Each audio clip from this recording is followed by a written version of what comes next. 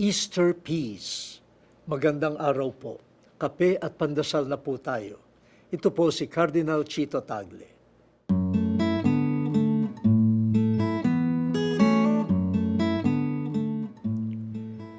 Sa mga pagpapakita ni Kristong muling nabuhay, ang kanyang bati ay sumainyo ang kapayapaan.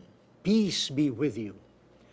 Di ba kapayapaan ang hangad nating lahat? Kung gayon, bakit karahasan, digmaan at siraan ay laganap? Alam ninyo kung bakit? Kasi iyan ang daan ng mundo para raw pumayapa.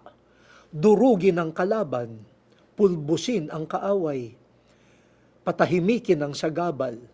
Ayon sa mga makapangyarihan sa mundo, darating lamang ang kapayapaan kapag sila ang nagtagumpay at nawasak nila ang hindi nila kakampi. Yan po ang daan ng mundo. Sinabi ni Jesus, hindi ayon sa pamamaraan ng mundo ko ibibigay ang kapayapaan.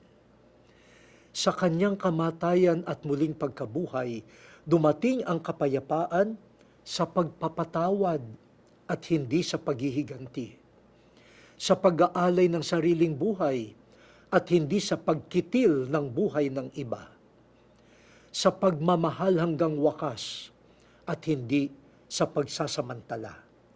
Yan ang Easter Peace, kapayapaang buhay at bumubuhay.